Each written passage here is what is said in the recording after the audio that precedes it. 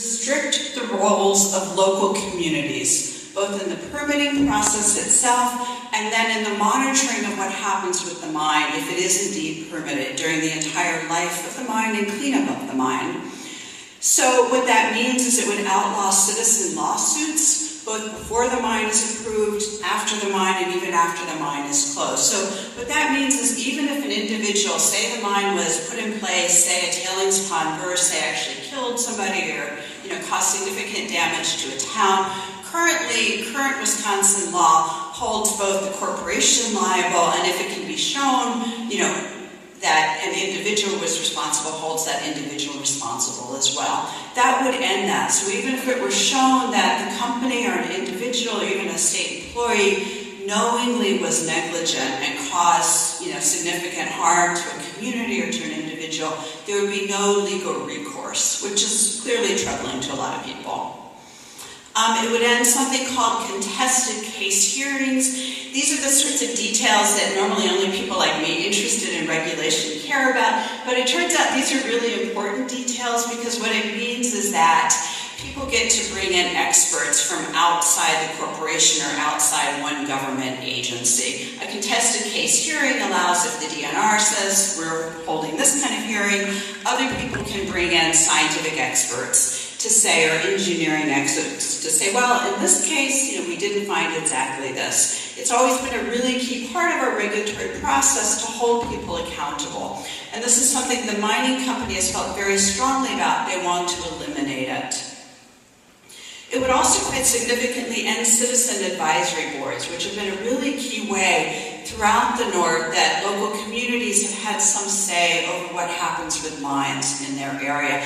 And particularly important, not just for environmental purposes, but also for ensuring that these mines bring economic opportunities to the local community. They're really a way of holding a corporation's promises, are holding a corporation accountable for all the economic promises they make as well as the environmental promises.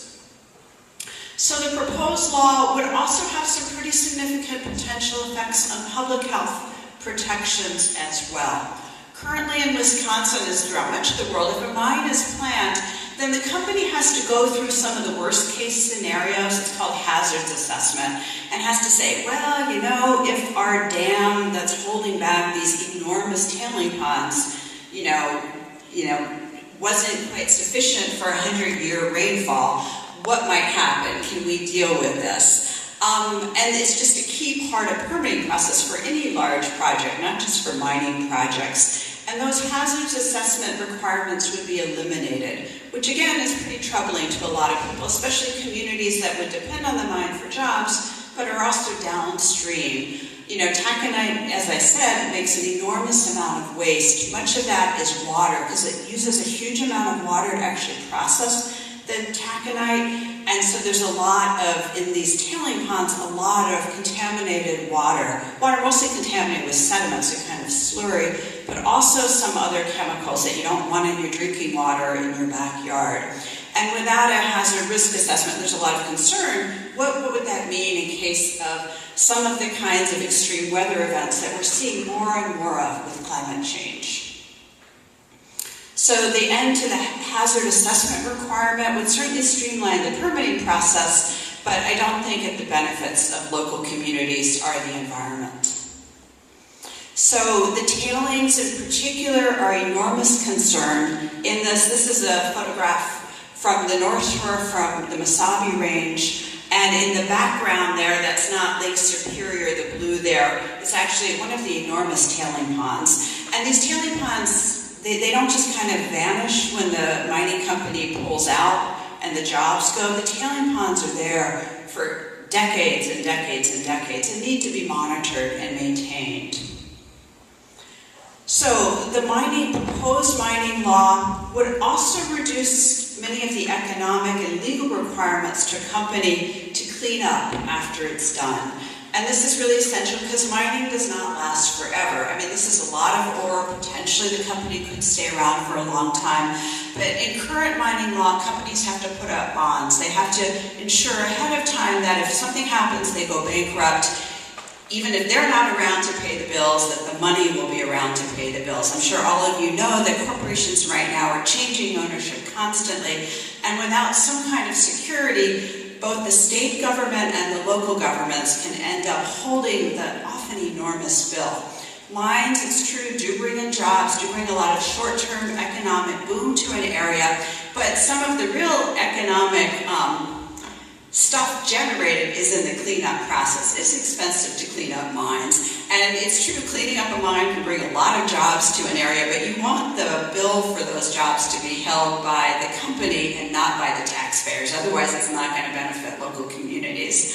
And so current law requires 40 years after the mine is shut for the corporation to pay for cleanup and to monitor. This would cut that time in half and also really change the responsibility of who gets to determine what's clean, what's not clean, which is troubling.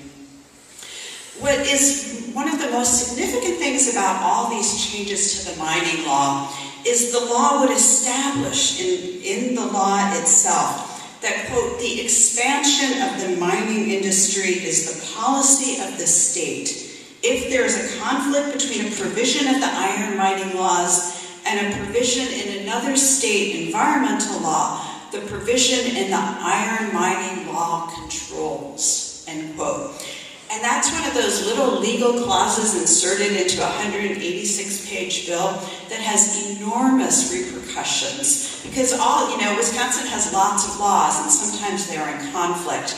And to establish that the mining law always trumps any other law has a whole set of potentially troubling consequences for the environment and also for local communities of who's going to pay